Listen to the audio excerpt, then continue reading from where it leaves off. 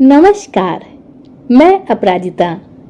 आइए सुनते हैं मुंशी प्रेमचंद की लिखी कहानी गुरु मंत्र।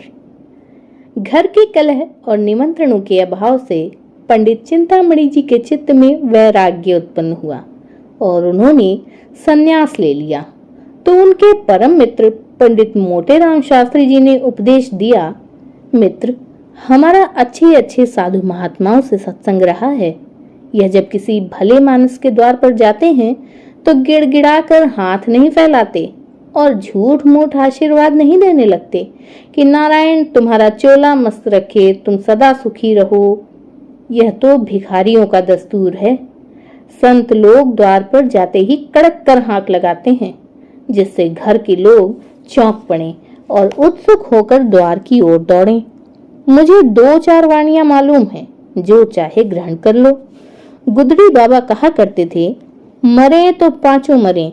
यह ललकार सुनते ही लोग उनके पैरों पर गिर पड़ते थे। सिद्ध बाबा की हाँक बहुत उत्तम थी। खाओ पियो चैन करो, पहनो गहना, पर बाबा जी के सोटे से डरते रहना। नंगा बाबा कहा करते थे, दे तो दे, नहीं दिला दे, खिला दे, पिला दे, सुला दे। यह समझ लो कि तुम्हारा आदर सत्कार बहुत कुछ तुम्हारी हाँक के ऊपर है। और क्या कहूँ, भूलना मत, हम और तुम बहुत दिनों साथ रहे, सैकड़ों भोज साथ खाए। जिस नेवते में हम और तुम दोनों पहुँचते थे तो लाग डांट से 1-2 पत्तल और उड़ा ले जाते थे। तुम्हारे बिना अब मेरा रंग न जमेगा। ईश्वर तुम्हें सदा सुगंधित वस्तु दिखाए। चिंतामणि को इन वाणियों में एक भी पसंद न आई। बोले, मेरे लिए कोई वाणी सोचो। मोटेराम, अच्छा, यह वाणी कैसी है कि न दोगे तो हम चढ़ बैठेंगे।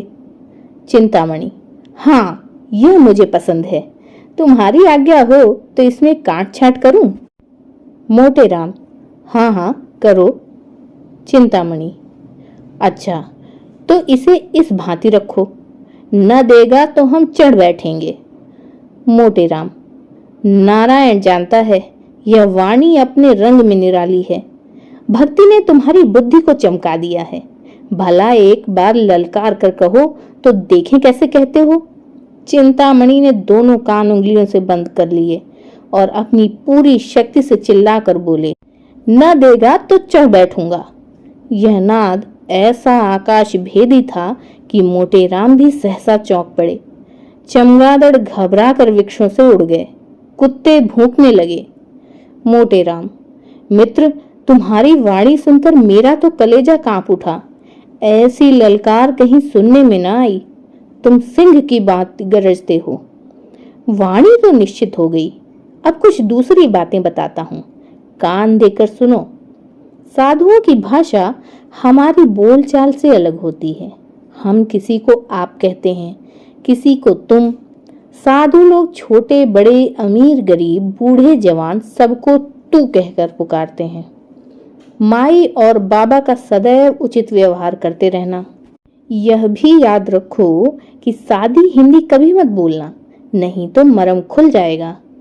टेढ़ी हिंदी बोलना, यह कहना कि माई मुझको कुछ खिला दे, साधु जनों की भाषा में ठीक नहीं है। पक्का साधु इसी बात को यूं कहेगा, माई मेरे को भोजन करा दे, तेरे को बड़ा धर्म होगा। चिंतामणि, मित्र, हम तेरे को कहाँ तक जस गावें, तेरे ने मेरे साथ बड़ा उपकार किया है। यूं उपदेश देकर मोटेराम विदा हुए। चिंतामणि जी आगे बढ़े तो क्या देखते हैं कि एक गांजे भांग की दुकान के सामने कई जटाधारी महात्मा बैठे हुए गांजे के दम लगा रहे हैं। चिंतामणि को देखकर एक महात्मा ने अपनी जयकार सुनाई, चल चल जल्दी लेके चल, नहीं तो अभी करता हूँ बेकल।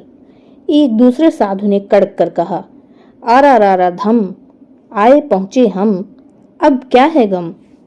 अभी यह कड़ाका आकाश में गूंज ही रहा था कि तीसरे महात्मा ने गरज कर अपनी वाणी सुनाई, देश बंगाला जिसको देखा न भाला, चटपट भर दे प्याला। चिंतामणि से अब न रहा गया। उन्होंने भी कड़क कर कहा, न देगा तो चढ़ बैठूंगा।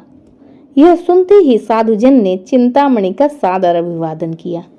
तत्क्षण गांजे की चिलम भरी गई और उसे सुलगाने का भार पंडित जी पर पड़ा। बेचारे बड़े असमंजस में पड़े। सोचा, अगर चिलम नहीं लेता तो अभी सारी कुलई खुल जाएगी।